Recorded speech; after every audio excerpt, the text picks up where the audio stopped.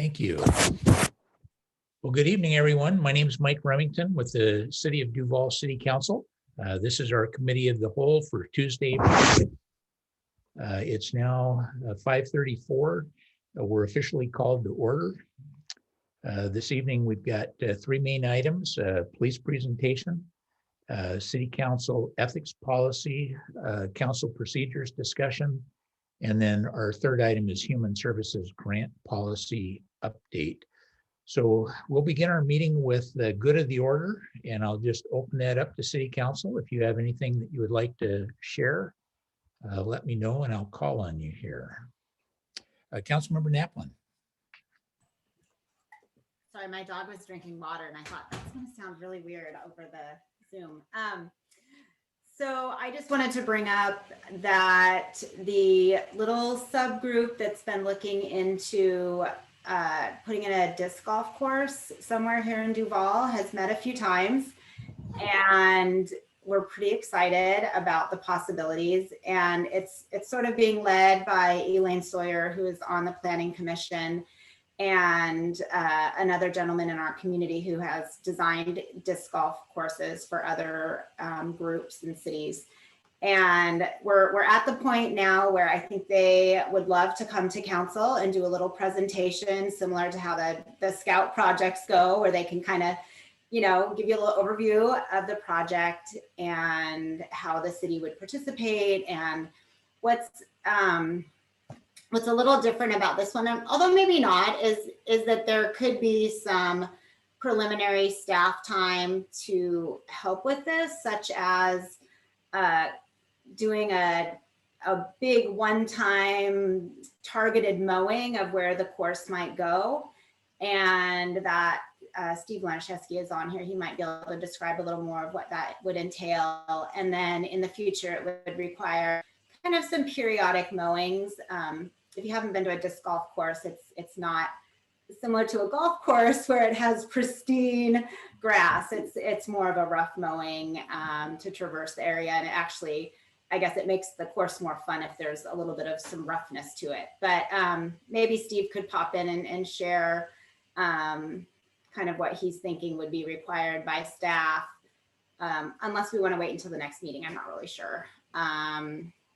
Jennifer, can you let us know what's the location? I think it's down at the main park, but could you talk about its location? Yeah, so the exciting thing is that, well, it's exciting for me, is I didn't realize how much land was owned by the city down by McCormick Park.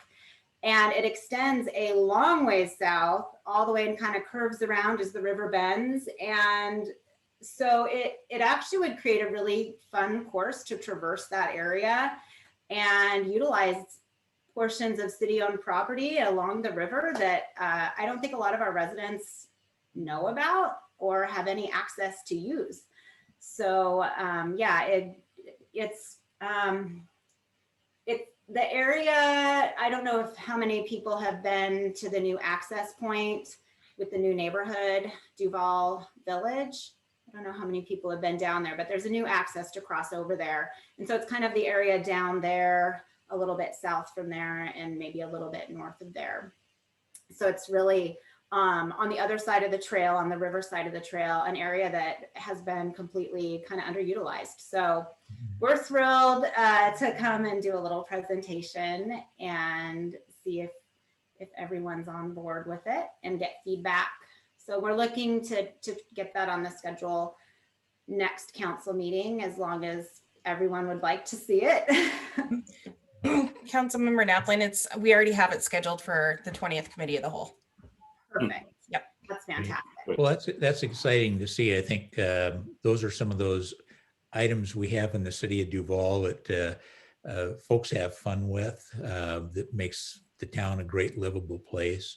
I think did you call it disc? I'm used to calling it Frisbee. I don't know if that's some product name we don't use technically, but the reality is I always thought of it as kind of a Frisbee course. It's yeah, I think they don't call it Frisbee, similar to why we don't call Kleenex. You know, it's kind of the brand name of something. Yeah. So. Well, thank you for that. I know trying to work these items into a very busy, energetic schedule at the city is always one of the challenges. So it may take longer than some folks like to get it scheduled and get areas cleared, mowed, or developed for that to go in. But I think we're excited to hear about it and be a part of that process of figuring out how at the city we can accomplish that. So our citizens have one more tool, either during or post COVID, to go out and enjoy our great outdoors in our parks. Other items, thank you, Jennifer. Other items from City Council for the good of the order. Councilmember Schaefer. Quick one from me, hopefully a quick one. I attended an SEA meeting earlier today. It was a update from the King County Director of Public Health, Patty Hayes. Her update was, wasn't too surprising. As you might imagine, it's a mixed bag right now. We still have more capacity than what we have as far as supply for vaccines. And her comment was the supplies have been very unpredictable, so it's hard to plan ahead. But the real interesting thing I thought out of this was a quick presentation by Ingrid Ulray, who's the policy director. This was her presentation was focused on homebound individuals.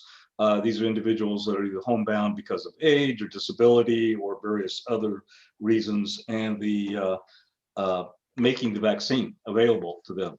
Now, one might ask, well, why does a homebound individual even need it that badly? But of course, they do, because they get visited by other people. And many of these people are elderly, so they do get it. They have a higher risk of being terribly sick or even dying from it. At any rate, the county does have a program for homebound individuals. I wasn't aware of that. Maybe you guys were, but it's essentially on a request basis. The individuals there is some vetting process to make sure they truly are homebound. But the good thing too, associated with this, even for individuals in that same household who aren't necessarily homebound, they do provide vaccinations for them as well. So it's a nice program, something that I'm not sure our community is aware of, and if not, we should probably try to get the word out there to folks in Duval to make sure they are aware of this, because I suspect we have a few folks here that fall into this category. Rick, do you have the information, the contact name or number that we can pass on to the mayor, and I do, potentially through our PIO or through our newsletter that the mayor puts out through the I think the newsletter would be a great place. Bill is a potential, but we could pass that on, and then the mayor can talk to staff and see if there's potential to get that word out to everybody. Good.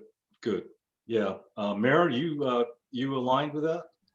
Oh, absolutely. Actually, I was just emailing back and forth with Mr. Tozer today about messaging.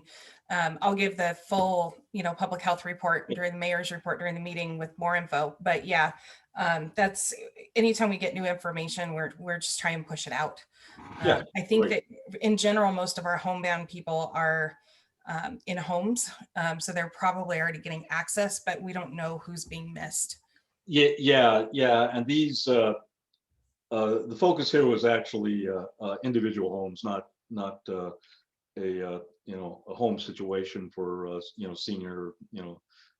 seniors or anything like that. So anyway, like I say, it was the first I heard of it. I thought it sounded like a great program, and I'll get you the information then, Amy. Thanks. Other council members, anything for the good of the order? Not seeing any. I'll just bring up one. It's something that I think I sent an email out earlier on, and the mayor and staff are aware of as well. We had been contacted by union members at Safeway, and I'm just bringing it up here so citizens are aware. other grocery stores have had hazard pay, usually through legislation at King County or some individual cities like City of Seattle. We haven't received formal things as a council, although we've been advised of their request. My understanding is the mayor has talked to some of their executive folks at the union and invited them to talk to her.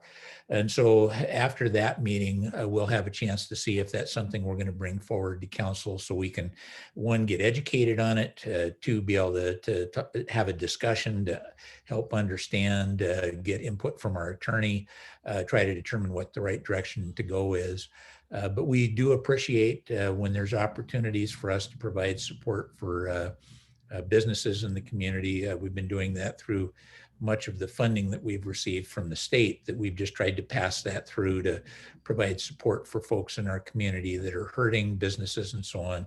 So this is just one more item. I think we need to have further discussion, education, and be able to decide what direction for us to be able to take. So if you have questions, don't hesitate to give me a call. I know the mayor will be keeping us updated. It's a very important topic and one that's been on some social media as well. And so I just, because of that, I wanted to be able to mention it here. I do see, along with all of your faces, that we do have one attendee. That usually is one of our citizens. And whether it's 1 or 8,000 citizens, we appreciate folks that attend our meetings more than people know. Sometimes we don't get too many attendees, but it's always nice to see. Well, we will move on to our first item, which is police presentation. I'll turn that over to Chief DeBach and Lieutenant Sayburn with the Duval Police Department. Hey, Mike, I'm sorry. I think Jody Yes. had Oh, I'm sorry, Jody. It's okay. It was something that you wanted me to bring forward, Mr. Remington. Yeah, and I didn't even call on you. It's okay. Thank you, Jody. Yes, please. So we're early in the discussion process right now, and this is pretty far in the future, but Mayor Pro Tem Remington wanted me to just kind of give everybody a heads up that we are looking at canceling and or moving a couple of meetings this year. One would be the first meeting in August, just to give everybody kind of a brain break and whatnot. The other would be to move the November 2nd meeting to the day prior, because November 2nd is election night and we have a mayor and 5 council members up for re-election. So probably best to move the meeting that week. And then the last meeting of the year, possible move, possible cancellation. All of this is dependent on kind of what's in the hopper as far as what needs council action by certain dates, and if we can afford to cancel or move the meetings. Again, pretty far in the future, but just wanted everybody to kind of have a heads up. And if you have any specific feedback, we'll take it. Great. I don't know whether canceling the August meeting is an early Christmas present or a late. Thanks for all the hard work for staff and council on the budget process. But many councils in the region, because of vacations and other things, do take a meeting off or so. And we generally haven't because we've had such a heavy workload. But if we can work it in this year, the other two is City Clerk Wyckoff has mentioned. We might just be moving those to the Monday before, but we'll have that discussion with council as time gets closer. We have a better idea on our schedule. But that early look and thought on your part, it'd be greatly appreciated to get feedback as well. So I'm going to ask one more time so I make sure I don't miss any other comments before we move on to Acting Police Chief Mike DeBach. Not seeing any hands up. Chief DeBach, we'll turn it over to you. Thank you, Mr. Remington. I'd first like to start out by thanking each of you for allowing us the opportunity to be here this evening as we recognize one of our officers.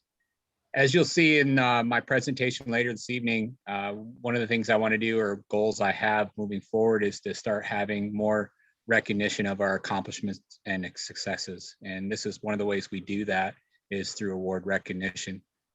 So without further ado, I'd like to turn this over to Lieutenant Sayburn to read the incident involving Officer Wilkerson. Yeah, good evening, Mayor, Council. I'm gonna go ahead and just take you through the incident that Officer Wilkerson responded to, the one we're recognizing tonight. And then I will be presenting him with the Meritorious Service Medal. And so I will get right to it. November 7th, 2020, Officer Wilkerson was monitoring the radio when he heard Redmond officers dispatched to a possible auto theft kidnapping at the Redmond Target store. A female had left her son in her vehicle with a female acquaintance who subsequently left the store with the child, leaving the mother of the child behind. Redmond officers advised via radio that they had probable cause for auto theft and kidnapping while also providing a suspect and suspect vehicle description. Officer Wilkerson devised a plan to check the area, which is the most common route someone would drive from Redmond to Duval. As Officer Wilkerson approached this area, West Snoqualmie Valley Road and Novelty Hill Road, he immediately recognized what appeared to be the suspect vehicle parked on the side of the road with only its parking lights on. Officer Wilkerson passed the vehicle while confirming that the vehicle was indeed the suspect vehicle by means of make, model, and license plate number.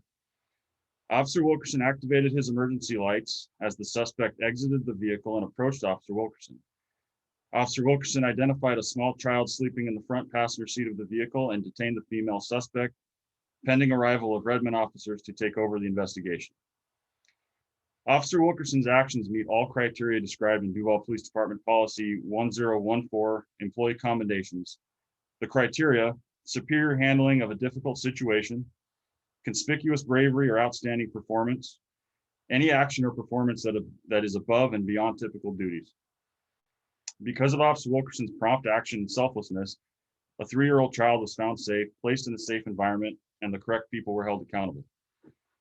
The City of Duval and the Duval Police Department thanks Officer Wilkerson for his brave actions during this incident, as his response embodied all of our core values: professionalism, respect, accountability, integrity, and honor.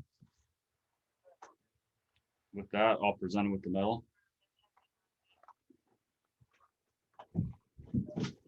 The Meritorious Service Award is being presented to Officer Sean Wilkerson in recognition of your meritorious actions on November 7th, 2020, involving a reported auto theft and kidnapping. You quickly devised a plan and successfully located the vehicle with the child still inside. You were able to take the suspect into custody and return the child to safety. Your actions were exceptional and superior and brought credit upon yourself, our profession, and our Duval community. Job well done, Sean. Congratulations. Thank you. Appreciate it. Thank you, Officer Wilkerson, and congratulations. We have an absolutely fantastic department, and you're a shining example of that. And we very much appreciate your work to keep all of us safe and save those that need to be saved. So thank you so much for all that you do. Thank you. Appreciate that, Mayor, and everyone, council members too. Thank you. Any comments from council members? I don't see More of any a hands question up. than a comment. What Go made ahead. what made you think of the West Snoqualmie Road and Novelty Hill? You just have a hunch that the car might Yeah, come? so most officers listen to several different radios out here. So we can listen to King County, we can listen to Redmond, obviously one Redmond Air. But we listen to usually all of them to see what's going on in our area, just for a safety thing. But when it came out, there's only a few ways, and more than likely, I didn't know that they'd come to Duval, but there are only a few ways from Redmond to here. And so we all know the back ways to get here from Redmond. And so just on a hunch, we just started to go out and just find those different ways. You know, it was like finding a needle in a haystack, but there it was. It happens sometimes. Yeah, well, nice job, nice plan. Thanks, appreciate it. Councilmember McHenry. Just as a parent, hearing that just gave me chills, and I just wanted to say thank you and such an amazing job for doing that. I appreciate it. It's nothing like helping people that can't be helped. That's what majority of people in law enforcement, is what they came into law enforcement for. So it feels good. Well, I think it was said so well by the chief. This is just outstanding example of good police work with an outstanding outcome for the community, and certainly for the mom and for the young one. In a day and age when there's so much challenge in being an officer. We couldn't be more thankful as a citizenry and as a city council to have the police department we do. The leadership by Chief Hurt and now Chief DeBach and our personnel, it just shines. And this is just one example of that. So on behalf of the community as well, I want to say thank you for your outstanding work and commitment. All of you are so humble. People say, well, it could have been somebody else on duty. We're glad it was you. You represent our police force so well. So we do congratulate you, and we continue to pray that every day our officers are safe. They put a lot on the line, and we just want you to be able to go home safe every day.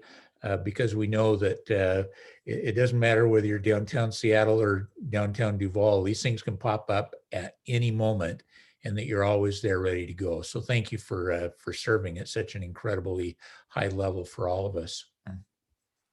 Appreciate that. Thank you. You're welcome. We'll move on to our second item. This is hard to follow.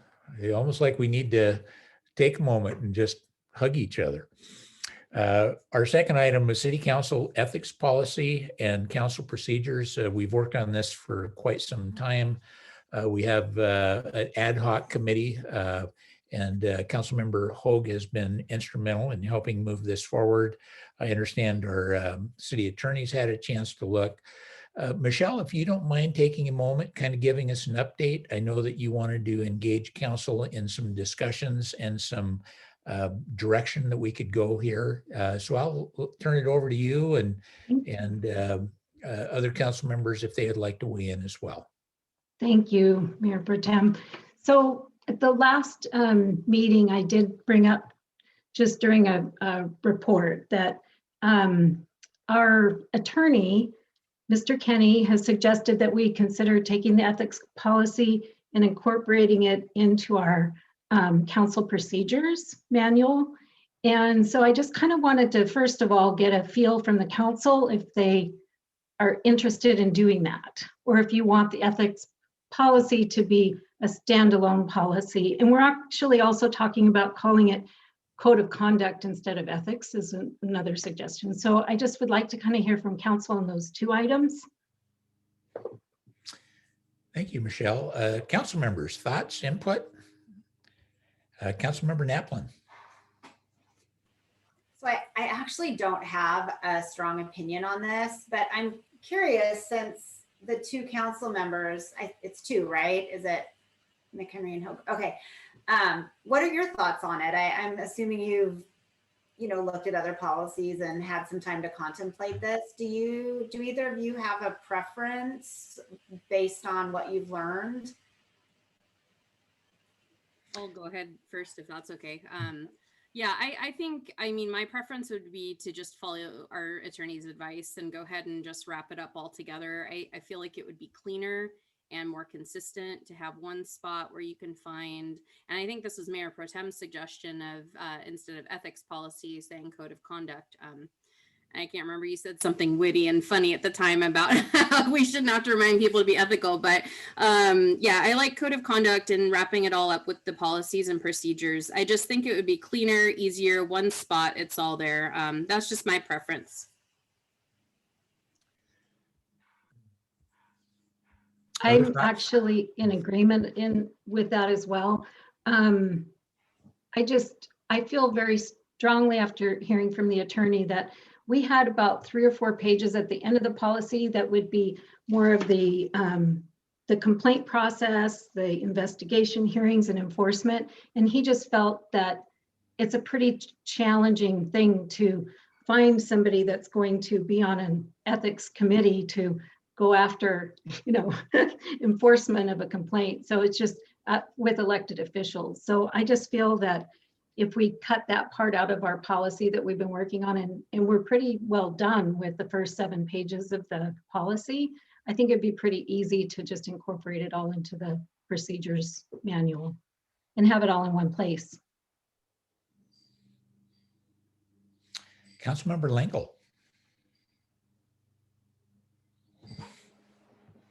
Oh, we can't hear you, Dorothy. try to stay on mute. I've worked on both types of policies, so I'm really interested in seeing the draft. I definitely would prefer a code of conduct title. And the reason is that the term ethics has a lot of nuances to it. And when you read scholar information about what's ethical, what's not, and you look at situations, you see how situational the term ethic can really be applied. It's driven by a lot of things other than items that can be purely identified as, I would say, steps or concrete. I actually even have some ethical examples in a folder because it's, they're thought provoking. So I would probably prefer being in procedures without looking at it. I couldn't be sure, but I definitely don't think the term ethics would be the right term. I definitely think it's more code of conduct, because that way you can have a method of itemizing. We're going to do this, we're going to do this, we're going to do this, and we're not going to do this and this and this. And then the other thing I would throw in on that is I've known people and even family members that have really been caught in the crosshairs of social media. I'm not a big social media user. I don't try to have a lot of Facebook friends or anything like that. And I'm pretty careful what I post on the discussion board, because there's no way to be sure. People will see it as my personal comment or something related to council. But I think social media really creates a whole other item that we have to be aware of when we talk about conduct. And because it can be inadvertently misused, and I'll underscore the word inadvertently. You say something, you don't realize it's taken one way versus the other. And so those are my comments. I'm really looking forward to seeing it, because it's a topic I've had years worth of interest in. So bravo to you two for taking it on. Thank you for the feedback. Other council members? Go ahead.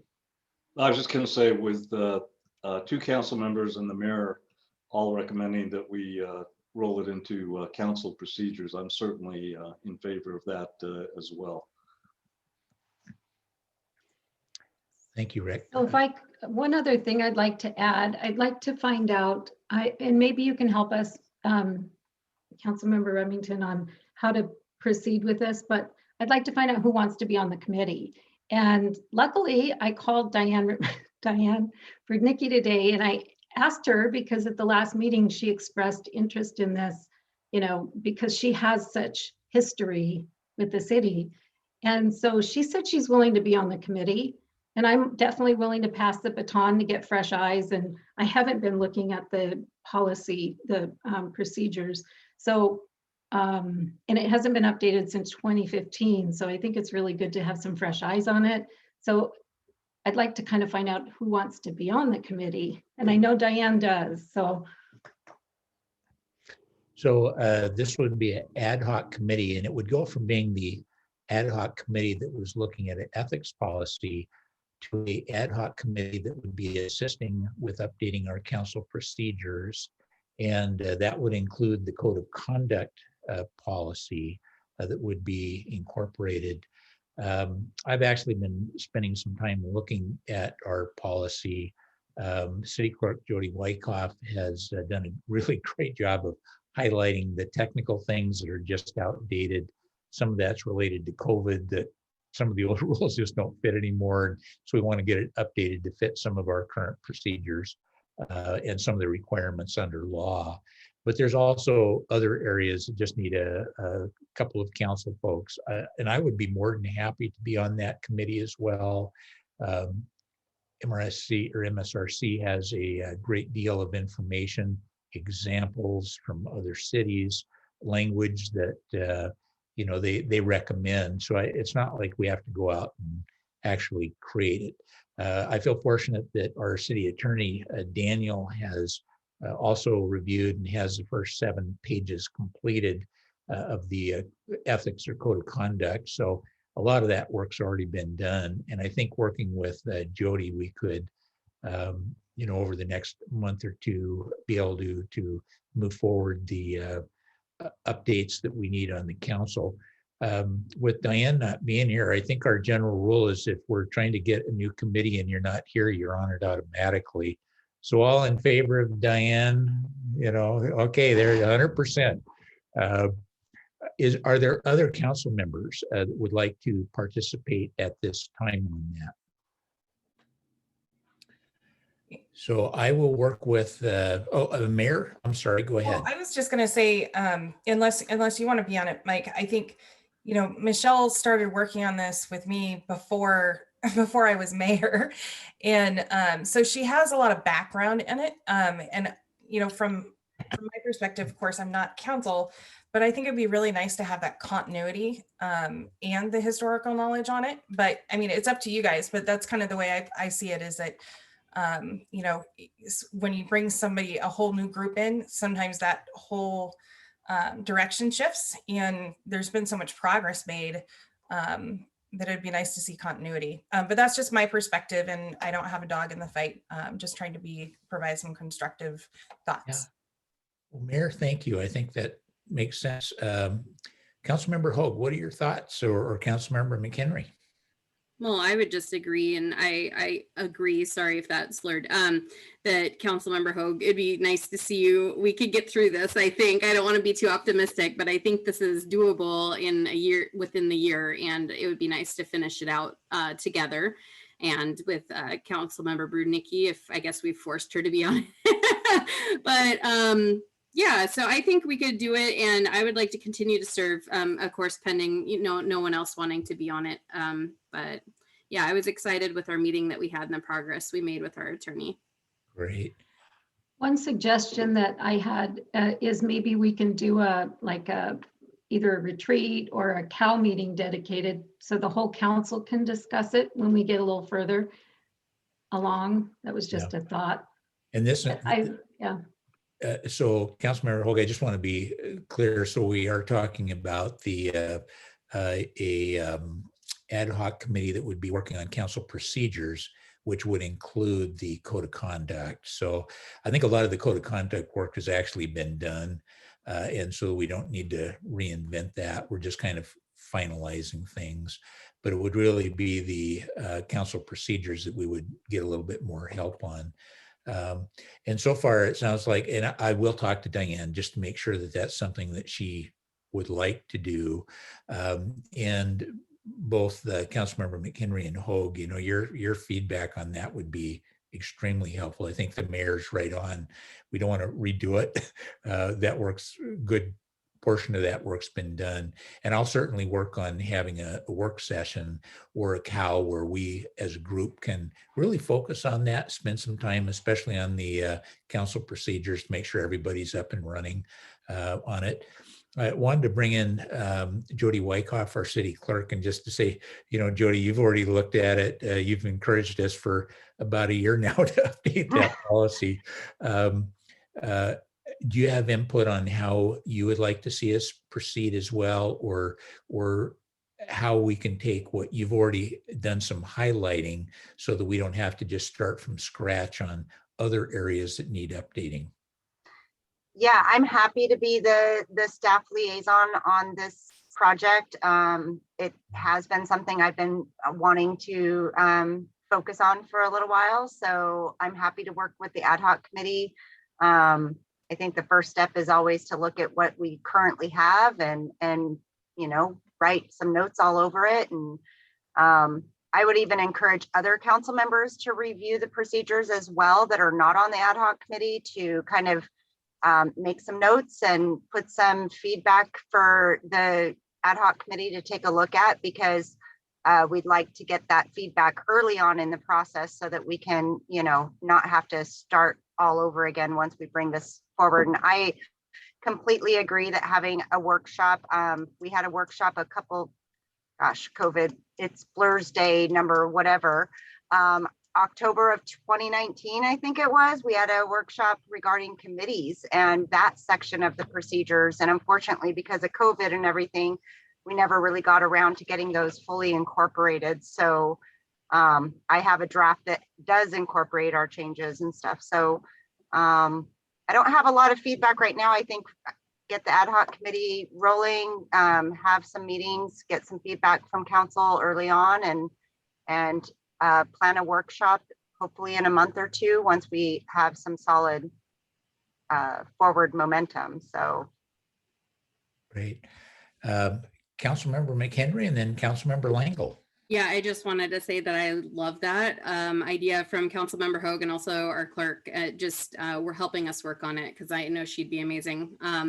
So just the workshop and regular check-ins, I just want to make sure that all of council stays super on the loop on this one so that we're on the same page, that feedback comes early, and that way we don't have to pedal backwards and change things. Great, thank you. Councilmember Langle and then Councilmember Mayor Okerlander. Yeah, well, the first thing is I always am taking a bunch of notes here. I just want to confirm, since the committee can only have 3 members, not 4, the committee will be Councilmember Hogue, Bernecki, and McHenry. Is that right? I got that right now? And Mr. Remington, our Mayor Pro Tem, is in the wings, I guess, on that. He'll orchestrate from afar.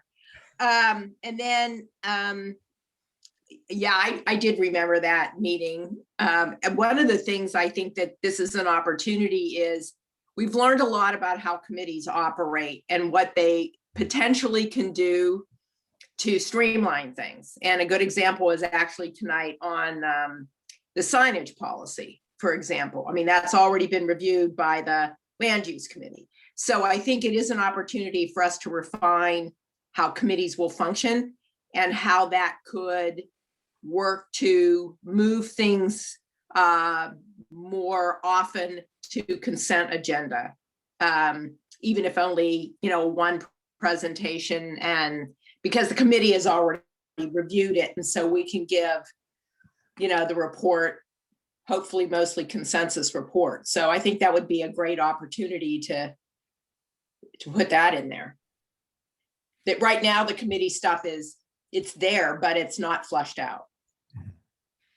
Good. Yeah, I think that's so true. We had a good discussion.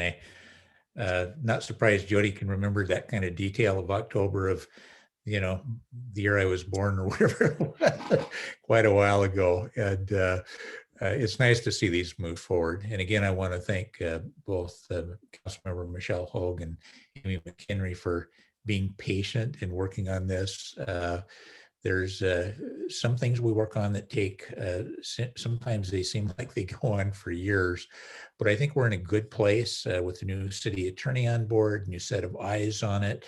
And I'll work with Jody on trying to get that early copy out to, we might just send it out to all council members so you can take a look at things that are highlighted, keep staff in the loop, and Councilmember McHenry is so good about making sure that all council members are updated and have the opportunity, especially on council procedures. And we'll focus quite a bit, I think, on committee procedures as well. There's been some pre-work done on that, and I think that'll be key for success in our procedures. Other thoughts, comments?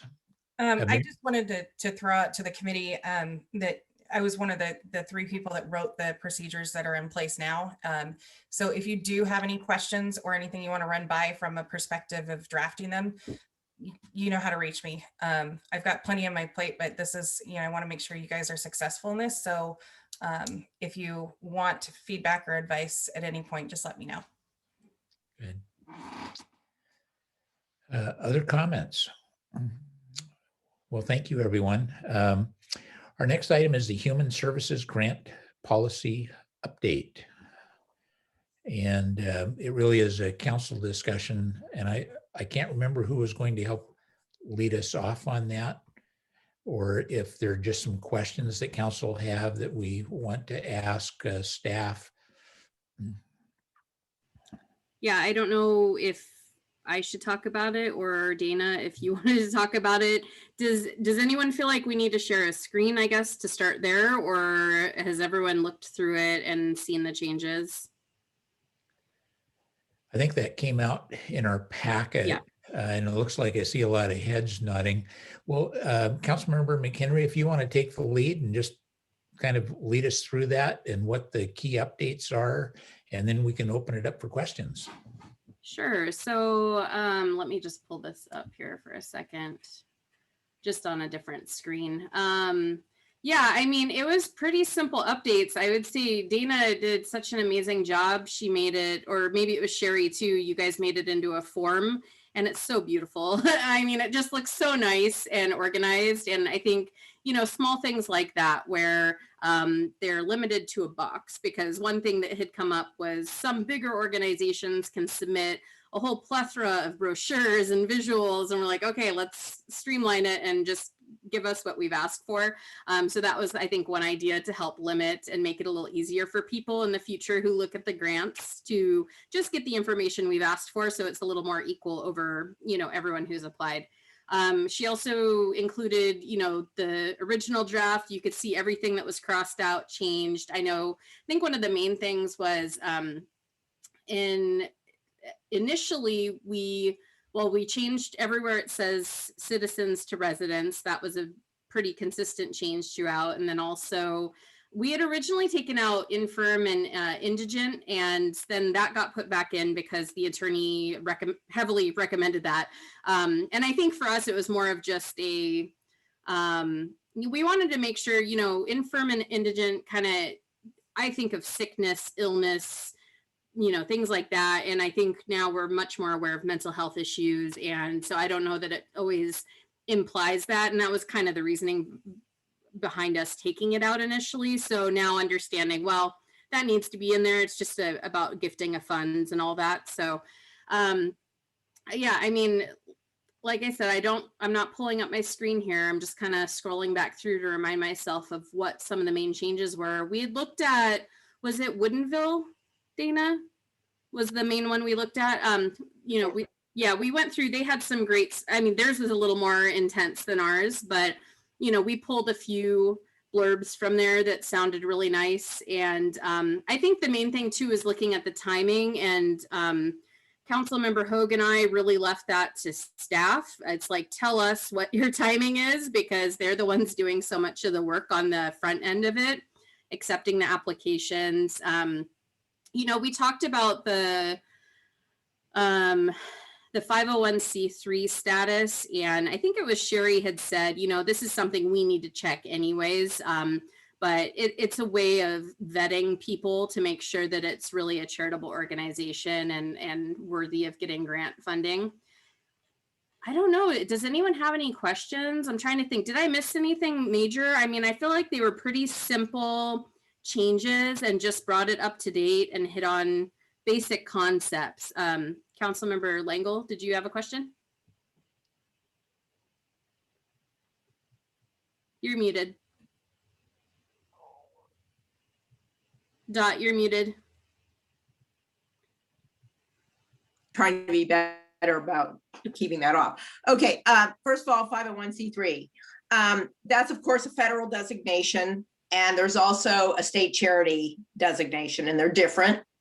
And on the issue of 501c3, I mean, we've said here, we want the 501c3, and I'm not challenging if you want to change that or anything, but just for comment purposes, because the state charity guidelines are not quite as stringent as a 501c3, and 501c3 also takes quite a bit of money to get that through the IRS. There are some options for future thought, I guess. One is that a 501c3 can sponsor an organization that has not yet had their designation. And so there's a IRS recognized way to do that. And you might see that in the future. We don't have a lot of money right now, so I don't see it as an immediate thing, but I did want to pass on that comment. The other piece of documentation sometimes that's valuable and you don't have to require this, but it is something that is valuable, is seeing whether they are still a charitable organization in good standing in this state. And there's a certificate that they can provide to you on that. And that can be valuable because people can be behind in keeping that designation current with the state. And that certificate, I believe, should be found through the Department of Revenue.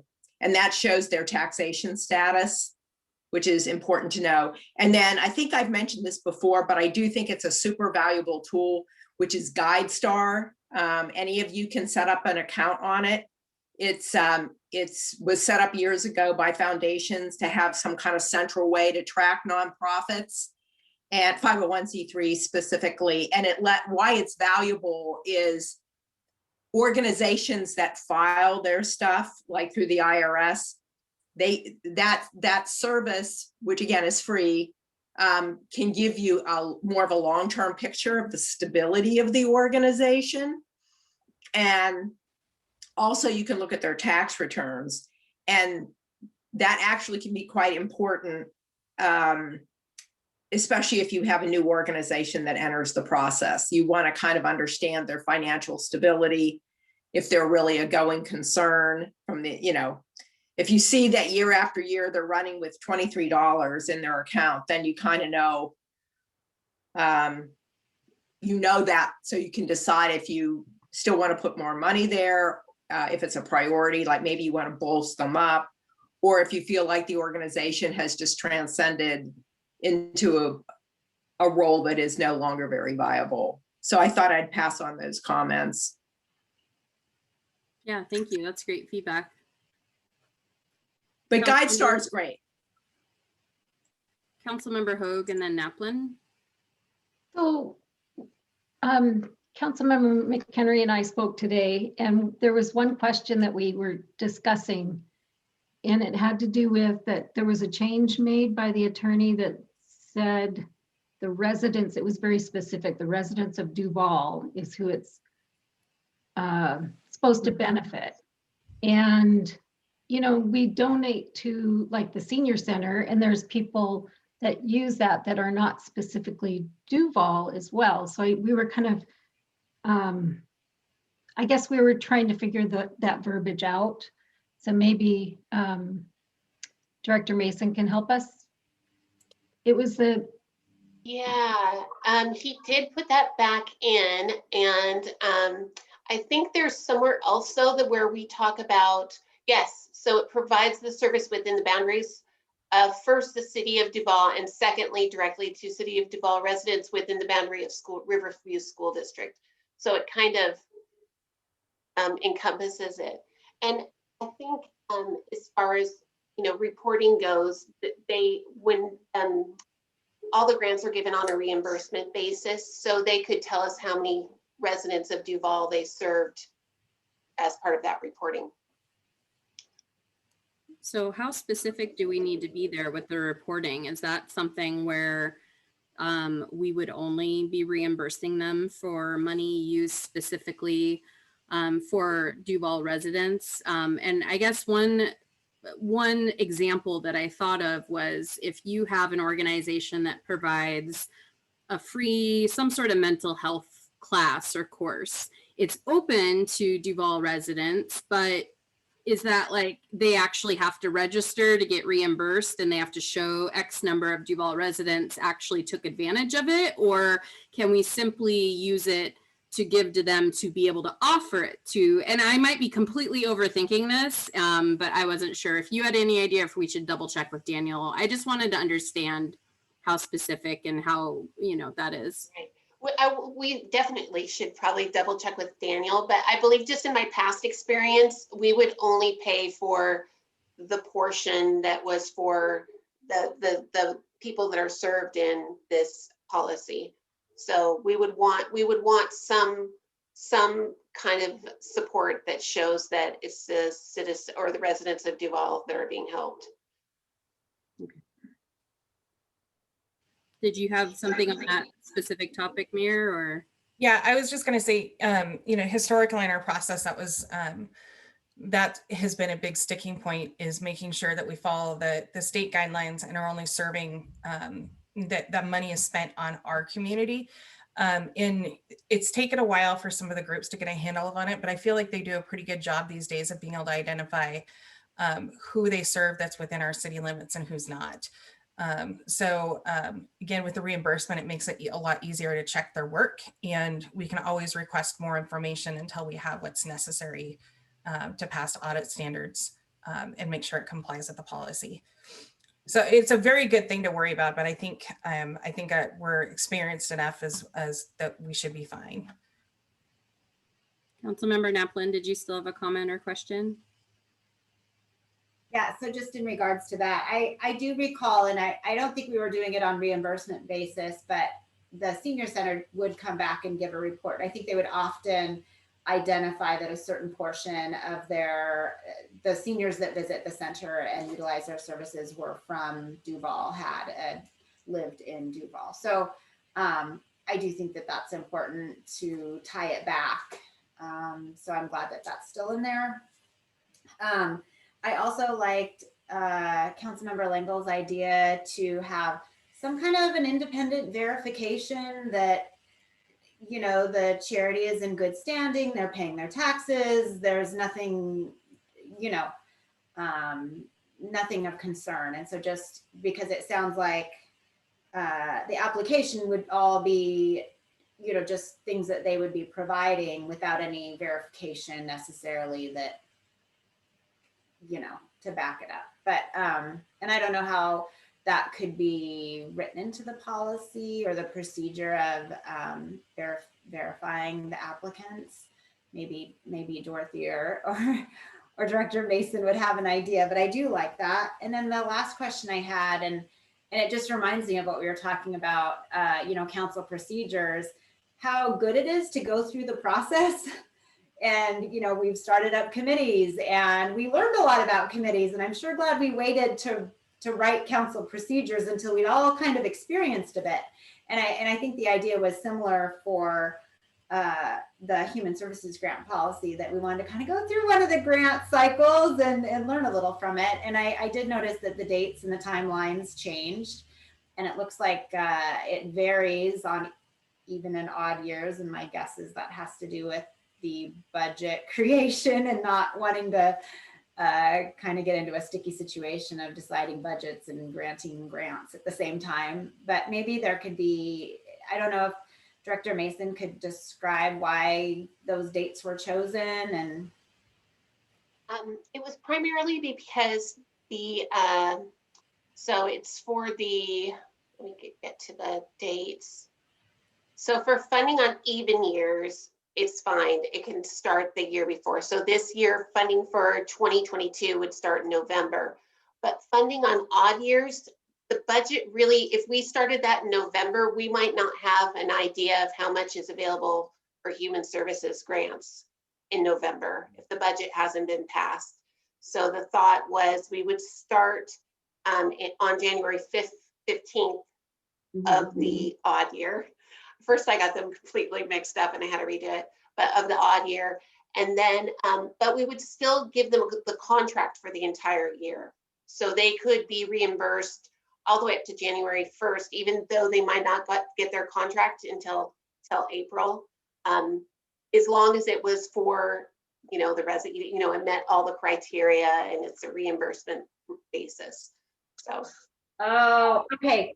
I see. Because I was thinking, well, why wouldn't you just do all the years where you didn't start the process until January? And it's just because it really shortens the timeline of where they know they're getting the money and they can calculate expenditures. Is that for reimbursement? Is that the reason why you wouldn't just do it the same every year? The reason why we wouldn't do the same, start the application process the same every year is just because we don't know what's going to be in the budget until the budget's been passed by council. So we're not really sure of how much funding will be available. Right. And so I guess what I was saying is why not do all the years to wait until the first of the year to, you know what I mean? Until January or until January 15th, I guess we could do that and then start it the following. So it would cross years. I'm not really sure. I guess the only reason I I was guess- throwing this out is because it might be easier for agencies to know, well, Duval always is due this time and it's always consistent, and trying to remember every other year might be a little confusing. That was my only thought. So I was trying to understand. Yeah. That was my only idea, is that it would be nice to have it always happen the same month. So there wouldn't be confusion of organizations. Oh, this is the year it's due early. Oh, I missed it. Another thing we could do is we could do it for 2 years, since it's a biennial budget, and just say, this is your amount for 2 years. Mhm. So, or Yeah. if you wanted to, so. Yeah. Dot, before we move on to you, I just wanted to ask if Director Mason wanted to share some thoughts. Another thing Councilmember Naplin brought up was about staff verification of the applicants. And I know we talked about this in our meeting, but I don't think it actually made it into the policy, and maybe it should, I'm not sure. But I mean, could you just describe a little bit? I heard you guys talking a little bit about that. Yeah, so you can go to the IRS website and look up 501c3 agencies pretty easily. And you can also go to the Washington State website and look up the nonprofit organizations as well. So it's something that we could really easily verify and just use as part of our checklist. If you wanted us to add it to the policy somewhere, we could put it down. I mean, I think if they weren't, they would automatically get disqualified, so it wouldn't be part of the scoring. But we could just say that recognized as, you know, in that same paragraph, and say, as staff will verify. Yeah. You could do that just to make it really clear. Councilmember Langle, did you have a question? Well, I was just gonna, did I do the mute? I can't remember. Okay, I'm okay. Yeah, GuideStar is just another tool. So just to clarify, because it does pull from the IRS, and I have underwritten some of our nonprofits by going to the IRS. And I do think it's periodically wise to do that, to the point of when funds are advertised. The one thing I would say is it is very common, particularly human service agencies, to be running thin towards the end of the year. And when they're still waiting for reimbursements at the end of the year, there's sort of this, I don't want to say, it's not really necessarily a gap, but their cash flow is thin. And so that's something you might want to consider as part of this timing thing. And it kind of speaks to the idea, if you did do a 2-year process, 2-year allocation. The plus to that is, and you have to have that doesn't mean you disperse it all in year 1 necessarily, you know what I mean? You can still regulate that part. But the big plus of that is that when organizations are trying to build their capacity, and in particular, like something like mental health, where they may have some other types of funding sources that they're invoicing, but it's also on a reimbursement basis because it's a direct beneficiary. Them knowing what their financial picture is really helpful. And it lets them, it helps them move their thinking to more of a planning mode, more of a business thinking mode. And that's the biggest thing I've seen social service agencies not do. And it's why they're so emergent oriented. And then they hit a wall and they need emergency money or something like that. And our organizations aren't terribly big. So those are just really comments. I think there are advantages to Councilmember Naplin's point of having consistency. That's the way I've seen typically done in both private foundations as well as government. And there are advantages to the organization if they can plan in advance for how much money they're going to get over a 2-year period. There's some real pluses to that. So I'll put in a couple of pitches around those 2 strategies. And on the certificate of good standing, looking up their IRS information, I don't think is bad. I think that's a good thing for us to do. But I actually think our nonprofits should learn to have their own certificate of good standing. And a lot of nonprofits don't realize that they should have that in their files.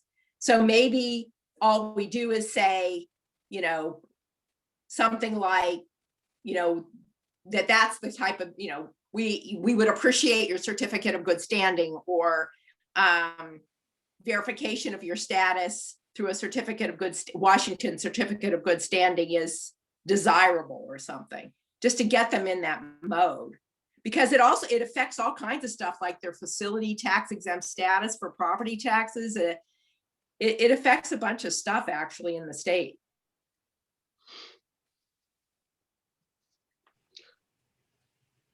And including using our facilities and not being subject to leasehold tax.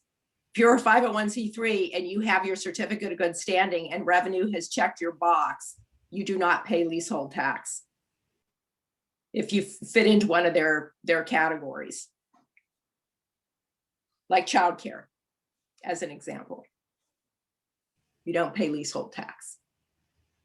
Councilmember Schaefer. Yeah, more of a question than anything else. I know there's organizations out there that actually rate charities, rate the quality of charities. So it goes above and beyond just saying if they're in good standing or not. And for the charities that I personally contribute to, I look at that information. What my question is, can we, or maybe this is just getting too deep here, but is that something we can do to make sure that we get the biggest bang for the buck from the funds that we grant? Some, two charities may be both in good standing, have similar services, but one does a better job than the other as far as spending less money on administrative items, for example.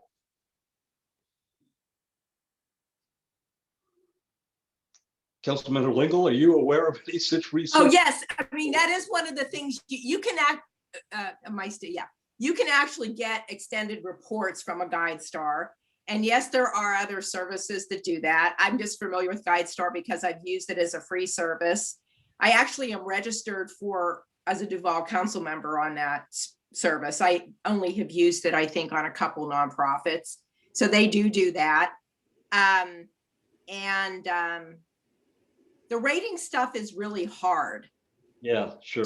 I mean, it's, especially for us, I mean, we don't really have that many nonprofits. I mean, a YMCA is always going to rate higher than a small organization, Mm-hmm. I actually think looking at their tax returns, especially, given our finance director's, abilities, is probably the easiest way to tell, because you can use the tax returns to see how much money they're spending on administration, which is to your point. Okay. Because they have to break it out on their tax return. Sure. Just to pop in here, I think that could be even more useful if we were on a really big scale here, but we do have a rating system and a scoring process that might mirror some of those practices for all those bigger nonprofits. So I personally, I don't know if it could be helpful to just look at it as an extra thing, but when we get the applications we go through a scoring process that asks similar questions. For example, how much of your organization is run by volunteers, or is it professionally administered? And there's different points awarded based on that. And then the last thing I just wanted to say is we are looking at trying to get this approved tonight in the council meeting. So we also are at a unique timing because we're a little behind on schedule with this, that if whatever we end up approving tonight will get implemented, but then we'll immediately, based on the timeline, it'll be a shorter amount of time that we're rolling into the next year's process. So we have an opportunity to make tweaks and changes now, and then, we can also get a little more in depth if that's what council wants. I think tonight, I don't know what specific changes we would want to add. I would leave that to council, but I would maybe want to focus on if there's anything we want to add to this specific policy that we have outlined right now. Yeah, and Councilmember McHenry, there isn't, for me personally, anything I want to add or change in the policies. Your comment about the vetting process we go through is comforting to me. The fact that we do actually have, you know, at least our own process to determine, you know, the quality of these charities that we want to, you know, want to contribute to. So anyway, good. I'm glad we do that. Thank you. Councilmember Naplan.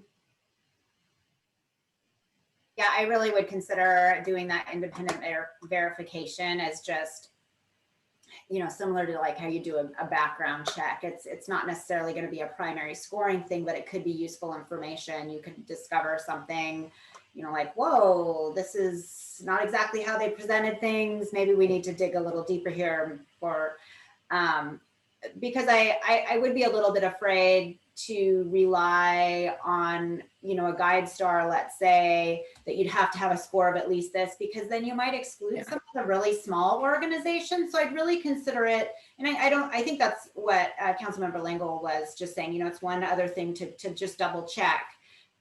Because I wouldn't want to exclude a very small organization that could be doing amazing things just because they weren't sophisticated enough to, you know, have a big guide star, or you know, hadn't received, you know, their certificate of good standing, which I think is an excellent thing to get, but I wouldn't want to exclude some of our smaller charities.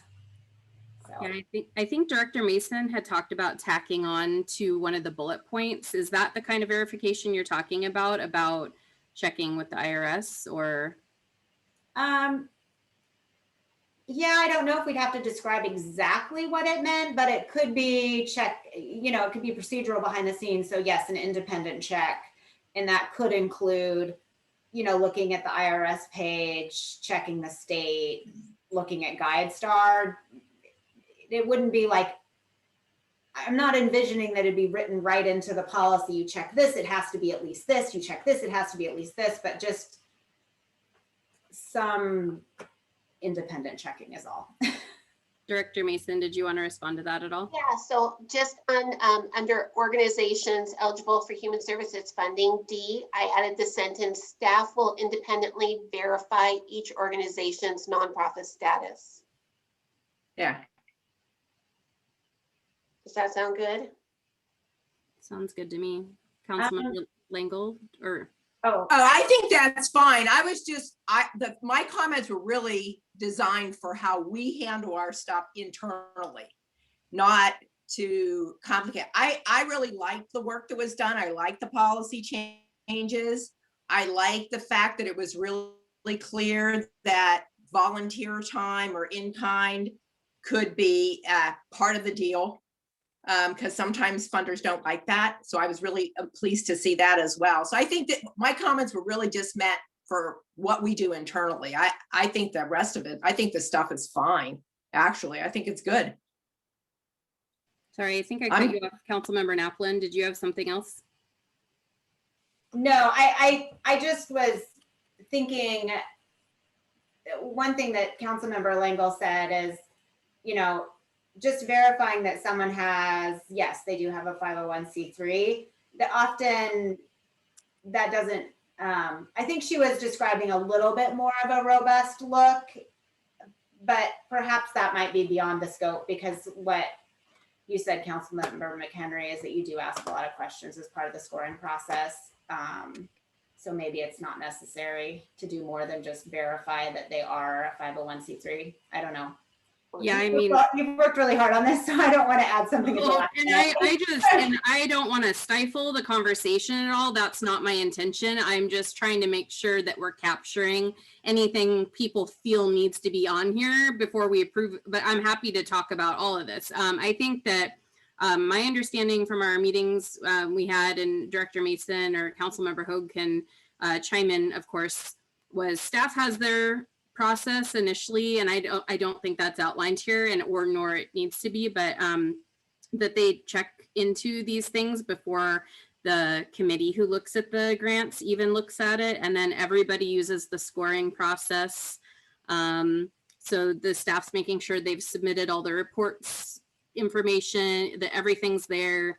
They're going to verify that what they're saying is true, because I think Sherry put it best. She said that's just our duty to do our due diligence and not just take someone's word for it, right? So yeah, I just want to make sure everyone's good with it, and if we need to add anything, we can. So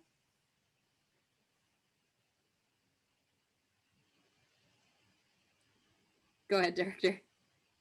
Are we okay with the timeline as it stands, or that I think that was the only other issue, or did we want to go to a 2-year?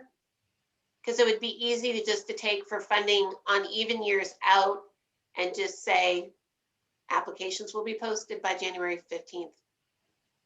I have zero preference on it. I'm good with whatever everyone else decides. I'd find, I think if you want to do it at just January 15th, so there's consistency, I think that's preferable to me. And then if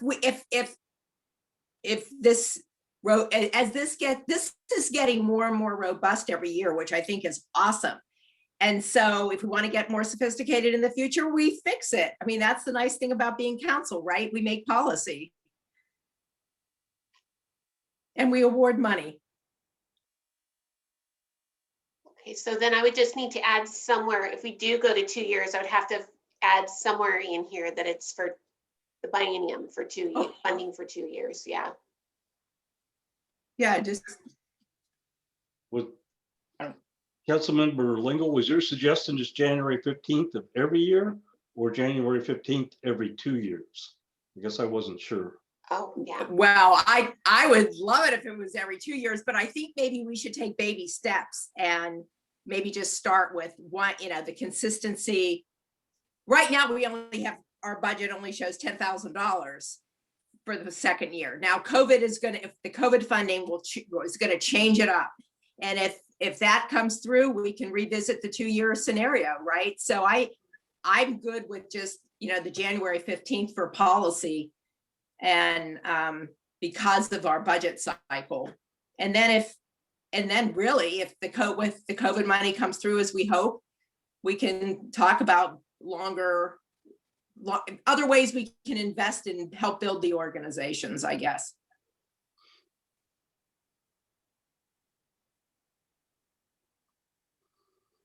All right. Is there anything else?